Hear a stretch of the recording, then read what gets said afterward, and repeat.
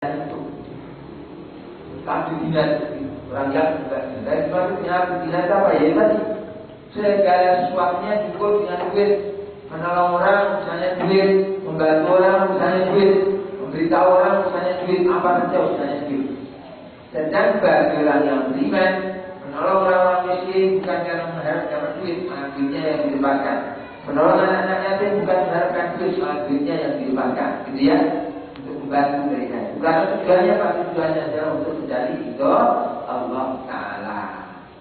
Nah, orang yang seperti itu dikatakan oleh Rasulullah, beruntung orang yang sibuk memegang kendali kudanya, duduk di atas pelandanya, berperang di jalan Allah. Karena sibuk berperang sampai rambutnya kusut, daun-daun, tidak sempat menyisir, tidak sempat membasuhnya. Kemudian sebuah kakinya kena debu, karena harus berperang, mengajak musuh, mengejar sana kemari. Kalau dia berada di penjagaan, tugas di penjagaan, dia berada di penjagaan. Kalau dia diberi tugas untuk memberi minum, dia tugas di tempat itu memberi minum. Tetap aktif dalam peperangan tadi. Kemudian kalau dia itu minta izin, saya pamit dulu kan, jangan boleh. Ini peperangan belum selesai, tenaga kamu masih diperlukan. Tidak boleh pamit, minta cuti tidak boleh, izin pergi dulu tidak boleh. Harus sesuai pada perintah diberikan oleh panglimanya atau komandannya. Ya. Terus kalau minta tolong, dimintakan tolong supaya dia dilepaskan dari pihak itu, tetap tidak boleh. Ini tenaganya masih diperlukan di usaha untuk melepaskan diri ditolak karena sangat diperlukan tenaganya. Riwayat seperti ini apabila Bukhari menyatakan Bani Israel telah meriwayatkannya tapi tidak masuk dan disebut nama rawi yang sebelumnya. Tetapi walaupun yang di belakang ini riwayatnya adalah riwayat yang tidak nyambung, tetapi dia dikuatkan oleh hadis yang di depannya itu tadi, karena yang di depan sanadnya nyambung, tidak ada yang putus sama sekali. Ya, ini perlunya kita memperhatikan pesan Rasulullah SAW. Kalau Abu Dinas budaknya duit itu rugi, lalu siapa yang untung, siapa yang mulia? Yang mulia adalah hamba Allah. Kafirnya wa'ibadu rahman alladhina yamshuna 'alal ardi hawnan wa idza khatabahum jahiluna qalu salama. Ya, hamba Allah yang baik itu adalah yang berjalan di muka bumi ini dengan bersejalan, tidak angkuh, tidak menyombongkan diri, tidak meremehkan orang yang lain. Ya. Dan idza khatabahul jahiluna qalu salama. Apabila dia bertengkar oleh orang-orang yang jahil, orang yang tidak punya ilmu di dasar ini, dia paling salama. Aku ramah jadi anda Islam dari kata itu yang kalau mengajak bertengkar kamu, dia tidak pakai ilmu, tidak menggunakan nalar, hanya mengikuti hawa nafsu mereka, emosi mereka. Jadi daripada nanti kamu melayani hal yang tidak perlu kamu paling. Kalau hamba Allah itu begitu. Tidak kau bangun jahilun atau salah. Hamba Allah yang baik. Kalau dia masih melayani, berarti kelas dia turun di bawah itu. Ya. Walladzina yaqiluna li rabbihim sujadan wa qiyama. Malam hari tidak digunakan untuk tidur sama sekali, tapi sebagian waktu digunakan untuk berdiri, untuk sholat, untuk berdoa kepada Allah Ta'ala. Ya. Dan seterusnya, bukan di sini tempatnya, kita menerangkan beberapa dirinya saja. Ya.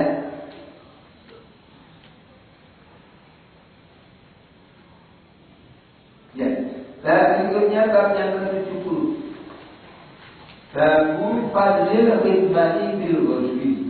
Bab keutamaannya khidmat pelayanan bil ghazwi dalam peperangan.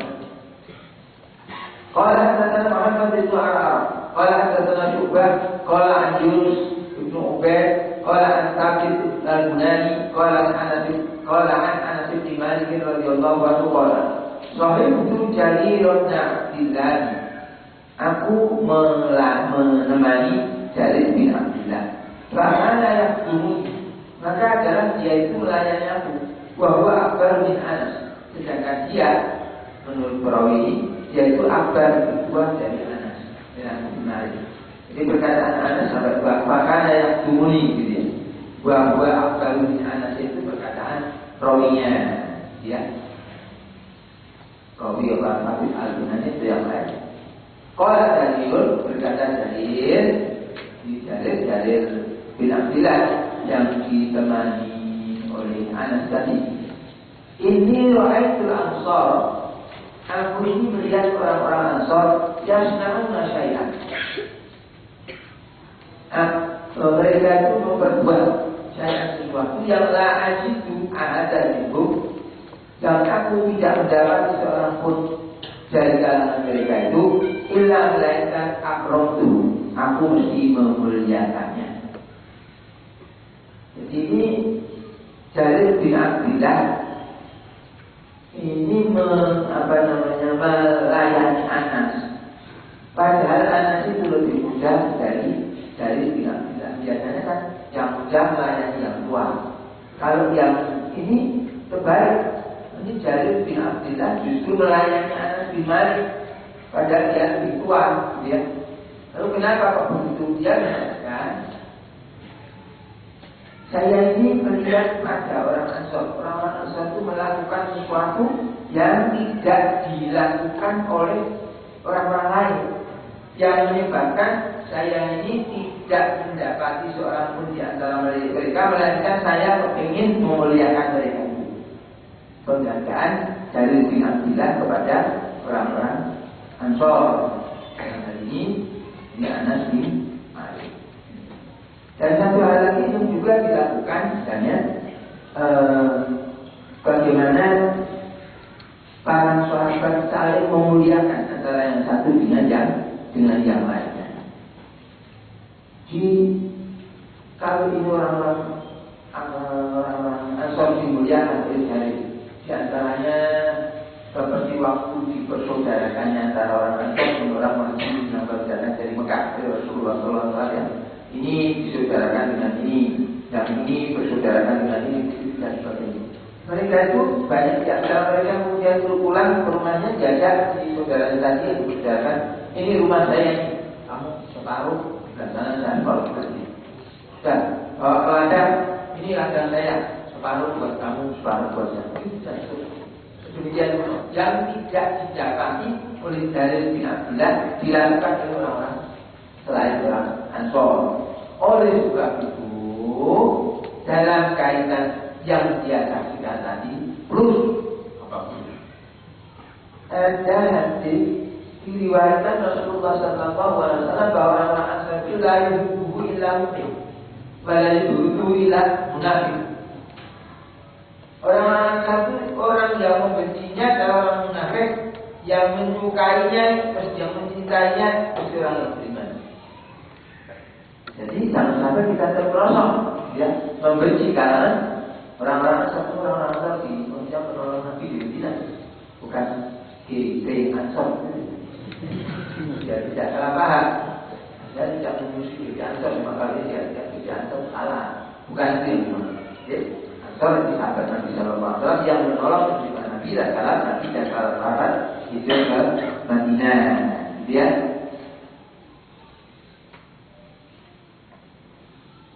Ini yang dilakukan oleh para sahabat dan kadang-kadang bagian memuliakan bagian yang lainnya. Nanti kita dapati Abdullah bin Umar, dia seorang yang alim, yang faqih, sangat menghormati Ibnu Abbas. Karena Ibnu Abbas ini adalah kerabat Rasulullah SAW, golongan Nabi, sangat memuliakan. Dan sebaliknya Ibnu Abbas begitu menghormati Ibnu Umar sedemikian rupa. Sama mudanya ya. Sedemikian rupa dia hormati. Kenapa? Karena Ibnu Umar itu sebenarnya orang yang punya ilmu. Jadi kalau yang satu memuji katanya demikianlah kami diperintahkan untuk memuliakan ahli bait Rasulullah SAW dalam bidang oleh Ibnu Abbas. Ibnu Abbas mengatakan beginilah kami disuruh oleh syariat oleh Nabi Nabi untuk memuliakan orang-orang yang mempunyai ilmu. Jadi yang kita lihat Para sahabat itu tidak ada mengatakan aku sudah bersasa begini dan begitu. Tidak. Mereka mentawadu justru orang lain yang mengatakan dia mempunyai keutamaan begini. Termasuk di antaranya adalah riwayat dari Nabi Sallallahu Alaihi Wasallam. Itu yang terjadi. Jadi memuliakannya karena dia menyaksikan sendiri bagaimana orang-orang Ansor itu memang mempunyai keistimewaan. Dan buat kita cukup sabda Rasulullah Sallallahu Alaihi Wasallam saja membuat kita harus memuliakan para sahabat Ansor. Artinya kita terpaksa mengikuti ajaran Nabi, memuliakan para sahabat Nabi. Bahwa mereka mempunyai kekurangan, mana manusia tidak ada kekurangannya. Tetapi jangan kita nanti menjelek-jelekan mereka. Kenapa? Kita yang kita lakukan berbuat kebaikan seperti apapun juga belum tentu bisa menyamai separuh perbuatan mereka dan mereka. Ilhaman, rohiman, gitu ya.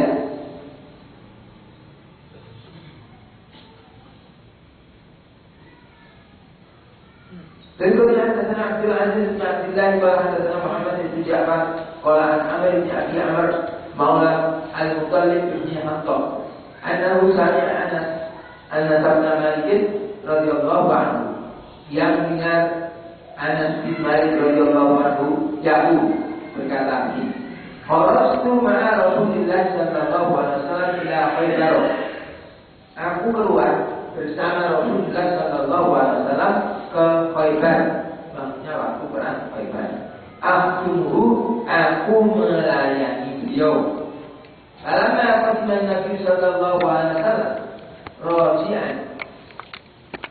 Maka tatkala Nabi tiba dalam keadaan kembali dari peperangan dari mana tadi Khaybar tadi, wa badalahu Uhud, lalu nampaklah gunung Uhud kepada beliau. Dan semakin dekat dia masuk kelihatan gunung Uhud. Qala bersabda Nabi, "Hadza jabalun yuhibbuna wa nuhibbuhu." Ini adalah sebuah gunung yang kami menyukai dia dan dia juga suka kepada kami. Tuh, Nabi itu sampai Nabi di akhir seneng itu bertemu gunung tersebut. Allah,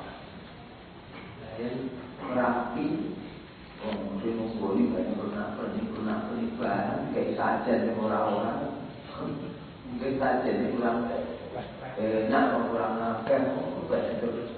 Masuk terus di bawah yang bercocok yang gitu loh. Tapi kalau pasang pasir di ada yang menarik di pagi beberapa waktu yang lalu, bulan apa itu orang-orang di satu pasar panen kita nganggap jangan kita mainnya malam hari dengan salah. Terus katanya tujuannya mereka curang karena hasil panennya baik. Kita kekurangan tak boleh kalau dan kita dari kamu adalah itu dengan niatan syukuran terima kasih yang bukan pasti kamu itu Allah. Walaupun kalau modern ini loh Pak SBY rakyat ini rakyatnya sudah berubah tanggung jawab, termasuk apa SDA itu Menteri Agama tanggung jawab. Nah, kita belum ini karena jadi dari tokoh-tokoh orang yang menjadi apa tanpa pasti dan awal dua orang tokoh yang paling sulit memusuhi karena ditegur dengan cocok dan waktu itu sama ini tidak bagus. Sampai dengan Tuhan. Lalu ikut tentang kok bisa milih sama yang ngomong itu. Itu gambarnya kita harus mengatakan tanda-tanda kekuasaan Allah. Supaya itu bumbu tadi setan jaran dol itu racun bunyi tanah. Wajar jadi panen di hati. Lihat nanti usaha kita ini orang panen. Jadi bukan dipanen waktu sudah berbuah, baru terus sedikit panen sampai panen entek. Subhanallah, subhanallah. Jadi ya, nah jadi apa? Asal kita berbuat baik. Begitu rupanya Rasulullah SAW karena baiknya bukan cuma manusia baik, apa tadi? Gunung itu senang. Subhanallah, subhanallah, subhanallah. Ya, lain lagi misalnya ada hadis lain yang dikatakan suatu saat nanti orang Islam akan berperang dengan orang Yahudi. Orang Yahudinya sufi. Kemudian dia sufi sekali lagi. Jasa batunya itu bengok. Muslim, ini loh, di belakang ada Yahudi, bunuh. Itu akan terjadi. Saya percaya karena yang mengatakan itu adalah Rasulullah Sallallahu Alaihi Wasallam. Ada hadis yang sahih. Ini jangan dibuat berusaha. Ya, sekarang kita sudah dapatkan mengenai bocor, sifat cerita. Kita di sini, malaikat nyata. Kita di sini, ya bisa saja. Pojok nanti ada yang sedikit. Apa yang kita tadi semua terekam. Pertama, apa? Komputer dikatakan. Kalau tidak, kalau itu biarkan saja. Nanti 1 bulan baru kita hapus. Harus diambil, simpan, ya tidak akan hilang. Terekam. Itu macam. Ya. Nah, jadi ya, bukan sesuatu yang mustahil kalau ada benda begini gitu ya. Banyak hadis sahih yang orang-orang yang tidak beriman tidak mau menerimanya karena menurut mereka itu tidak masuk akal. Tapi buat orang yang beriman karena iman itu bukan akal, iman itu adalah hati kita, maka kita bersyukur kepada Allah karena kita diberi keimanan. Ya. Hadza jabalun yuhibbuna wa yuhibbu. Tsumma asyara bi yadihi ila Madinah. Kemudian beliau berisyarat dengan tangannya ke arah Madinah. Qala, beliau berkata ucapan ini. Allahumma ya Allah, inni uharrimu, sesungguhnya aku ini mengharamkan ma baina labataiha, apa yang ada di antara dua batas itu, dua dinding itu. Kata hari Ibrahim maka kata sebagaimana pengharaman Ibrahim, Nabi Ibrahim maka kata kepada Mekah, Allahumma barik lana, ya Allah berikanlah berkah kepada kami untuk kami di soalnya pada sok kami, wa mudina dan mud kami. Sok itu ukuran takaran sebanyak kira-kira 2,4 kg. Jadi kalau kurma 1 sok atau beras 1 sok itu beratnya 2,4 kg. Itu ukuran di Madinah pada waktu itu. Sedangkan mud itu setengah sok. 1 mud sama dengan setengah sok, jadi kira-kira 1,2 kilo atau 12 ons, gitu ya. Nah, ini Nabi mengatakan bainalah bataya. Jadi di Madinah itu ada beberapa bukit, seolah-olah seperti ada 2 garis, 2 garis bukit. Jadi itu Madinah tempatnya di tengah-tengah itu. Sebenarnya tidak persis 2 garis bukit, bentuknya kurang lebih seperti itu. Karena dia dikelilingi oleh bukit sebenarnya. Hingga bagian atasnya itu naik ke utara, itu naik tinggi. Biasa disebut awali Madinah. Madinah bagian atas, ada yang lainnya di bagian bawah. Lihat, nah, itu yang dimaksud dari. Jadi saya mengharapkan dari ini maksudnya wilayah Madinah, kota Madinah sekarang. Sehingga kemudian menurut syariat Islam, tanah Haram itu ada 2, di Masjidil Haram dan Masjidil Aqsa. Kemudian nanti dikaitkan dengan soal Masjidil Haram dan Masjid Nabawi di Madinah. Kemudian soal kemuliaannya ada disebut juga dengan Masjidil Aqsa. Mereka juga menamakan itu Haram Aqsa, tapi sebagai istilah saja. Ada pun tanah Haram, tanah Haram. Maka sejak zaman Nabi Ibrahim alaihissalam dan tanah Haram Madinah sejak zaman Nabi Sallallahu Alaihi Wasallam. Satu hadis lagi, hadatsana Sulaiman bin Dawud Abu Rabi, qala an Ismail bin Zakariya, qala hadatsana Asimun, qala an Muwarriqil Ijli, qala an Anas radhiyallahu anhu, Qala kunna ma'an Nabi sallallahu alaihi wasallam. Kami kata Anas bersama Nabi sallallahu alaihi wasallam itu. Aktarnya zillan alladhi yastadilu bisa'i. Kebanyakan di antara kami itu bernaung-naung yang menaungi berkehidupan bisa'i dengan kainnya. Wa alladzina shaum, adapun orang-orang yang berpuasa malam yang manusiaan, maka mereka itu tidak memperbuat sesuatu pun. Wa amalladzina afṭaru, ada orang-orang yang berbuka yang tidak puasa, fa ba'atsu rikaba wa kahanu wa alasu. Sedangkan mereka yang tidak berpuasa itu mereka membantu menaikkan barang-barang kendaraan, gitu ya, mempersiapkan segala sesuatunya, kemudian buat adonan untuk makan dan sebagainya, termasuk untuk yang puasa buka tadi. Maka Nabi Sallallahu Alaihi Wasallam zahabal muftiruna yauman bil ajri. Pada hari ini orang-orang yang berbuka itu pergi maksudnya mendahului dengan membawa ganjaran. Maksudnya orang-orang yang berbuka pada waktu itu, pada waktu beribadah Nabi itu mendapatkan ganjaran jauh lebih banyak dari orang-orang yang berpuasa. Ini nanti di hadis yang lain diterangkan, orang-orang yang berpuasa dalam perjalanan tadi, takut jangan berperang, bagian lain karena umroh, juga bukan mengatakan bagian dari berperang, itu mereka nekat berpuasa, tapi akibatnya mereka lemah, sehingga tidak bisa bekerja. Yang lain bisa mengikuti barang-barang ke kendaraannya, kuda, itu ya, mereka tidak kuat. Kemudian bahkan waktu mereka mengerjakan yang lain, mengerjakan makanan, mereka kuat. Bahkan waktu istirahat yang lain, sebagian di antara mereka yang lemah, terus dihubung oleh orang-orang yang tidak puasa. Tidak puasa katanya tetap kuat.